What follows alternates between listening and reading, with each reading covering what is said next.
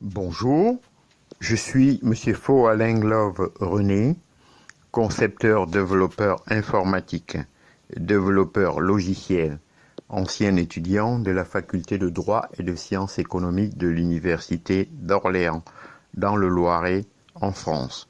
Aujourd'hui, dans le cadre du cours sur les grandes théories économiques, nous allons voir la théorie de la concurrence pure et parfaite. En effet, une économie de marché ne saurait se passer d'une concurrence saine et efficace. Nous allons voir maintenant le pilier de la théorie libérale. Tout au long du XIXe siècle, les penseurs néoclassiques, notamment Léon Walras, Vilfredo Pareto, Alfred Marshall, ont construit un système théorique faisant du marché le grand régulateur de l'activité économique.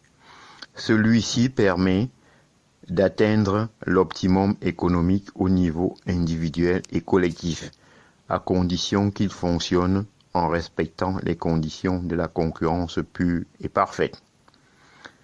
1. L'atomicité. Il doit exister un nombre important de vendeurs et d'acheteurs. 2. L'homogénéité. Les produits doivent être identiques ou interchangeables. 3. La transparence. L'information des acteurs doit être totale et gratuite. 4. Le libre accès.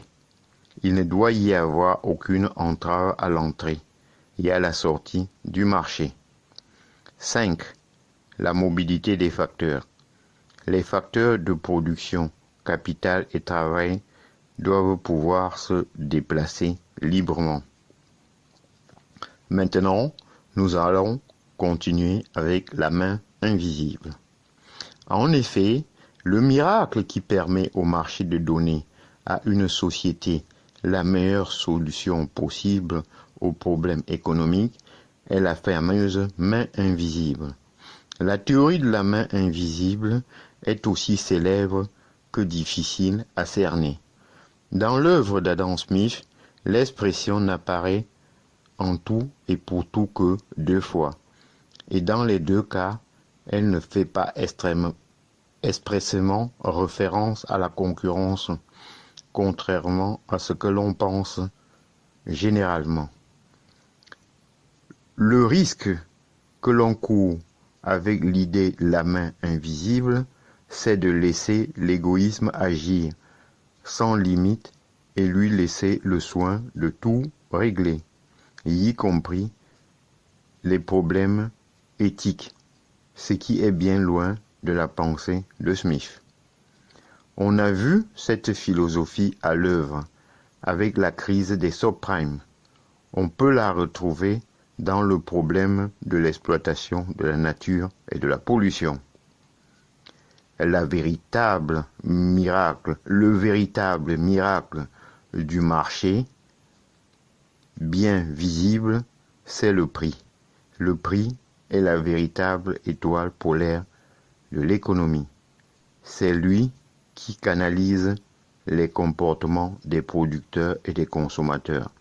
Les économies qui ont voulu se passer d'un système de prix valable ont sombré dans la crise.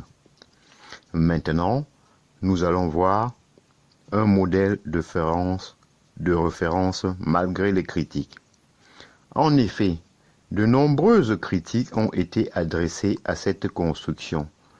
En premier lieu, son manque de réalisme. Petit 1. Les produits sont rarement totalement homogènes et interchangeables. L'effort marketing des entreprises s'efforce de rendre les produits de la marque incomparables. 2. L'atomicité n'est pas garantie. C'est le cas d'oligopole, voire de monopsone ou oligopsone. Un seul ou quelques acheteurs. 3. L'opacité est omniprésente. l'information est loin d'être gratuite. 4. L'accès au marché peut être problématique. 5. La mobilité des facteurs est limitée. Maintenant, nous allons passer à la concurrence malgré tout. Malgré ces critiques, le modèle est considéré comme opérationnel et les penseurs libéraux continuent de valider et de l'affiner. John Maurice Clark a introduit la notion de concurrence praticable. Même si les conditions de concurrence pure et parfaite ne sont pas réunies, le marché est capable de donner de bons résultats en termes de prix et de qualité. On s'est ainsi penché sur le thème de la concurrence imparfaite de Edward Chamberlain. Ainsi, les conditions de libre accès, c'est-à-dire fluidité, est jugée essentielle. 2 points. Si un monopole existe, cela n'est pas forcément rédhibitoire. Cela n'exclut pas forcément la concurrence. La théorie des marchés contestables. Contestable Market, soutenue notamment par William Baumol, considère que le monopole n'exclut pas la concurrence si l'entrée sur le marché est possible lorsqu'une entreprise innove. Elle jouit temporairement d'un monopole.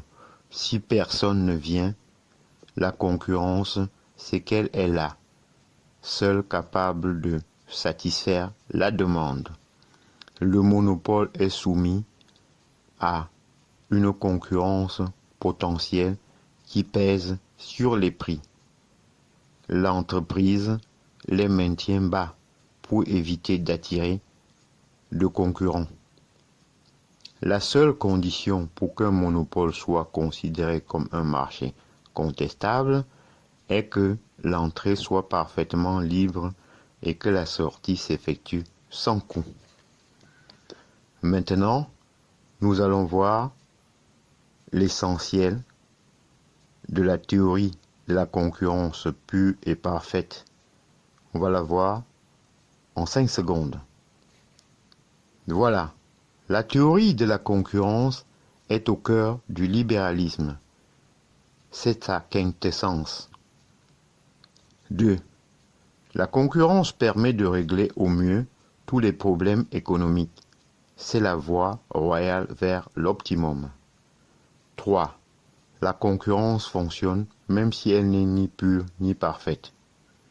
Je vous exhorte à voir aussi le libéralisme et la loi de l'offre et de la demande. J'en ai terminé et je vous en remercie.